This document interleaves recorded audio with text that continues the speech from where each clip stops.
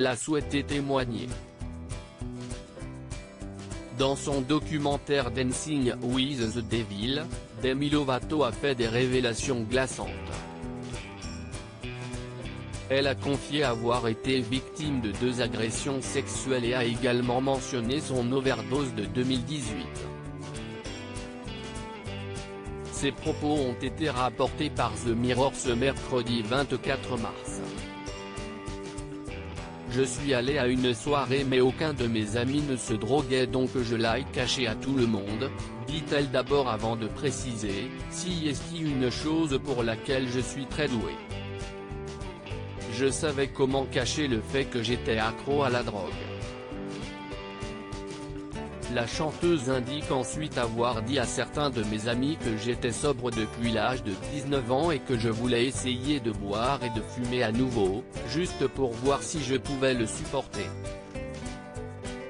Ainsi, pour ses amis, elle n'était pas accro à ces drogues, j'étais juste normale à nouveau, confie-t-elle. Afin de rester le plus discrète possible, elle se souvient être sortie avec des amis.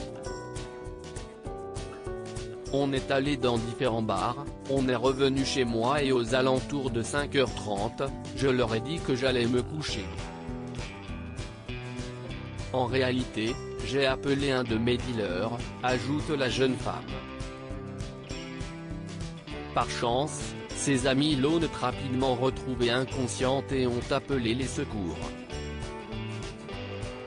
Matthew Scott Montgomery, son meilleur ami avoue, elle devrait être morte à l'heure actuelle, conclut-il. Dans son documentaire, Demi Lovato a souhaité être transparente avec ses fans.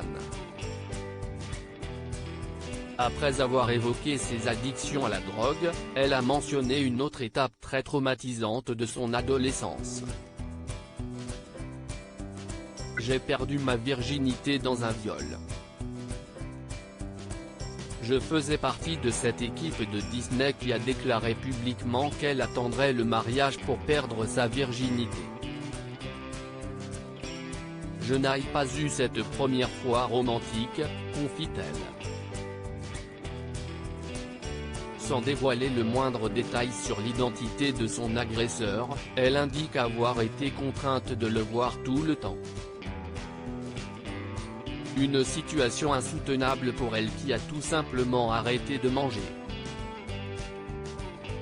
Pour rappel, la chanteuse a longtemps souffert de troubles alimentaires et n'avait pas hésité à en parler très ouvertement. Si elle a décidé de faire ses confidences, c'est car elle veut faire comprendre aux personnes qui ont vécu la même chose qu'il est possible de guérir. Quand le moment sera venu et que vous vous sentirez prêt, vous pourrez en parler et cela va vous permettre de guérir, indique-t-elle. Une étape de reconstruction parfois difficile mais qui en vaut la peine, il va y avoir des hauts et des bas mais une fois que la personne aura décidé d'affronter ce traumatisme, c'est tellement gratifiant, conclut la chanteuse. Je suis prête à me reconstruire. Demi Lovato a misé sur l'honnêteté.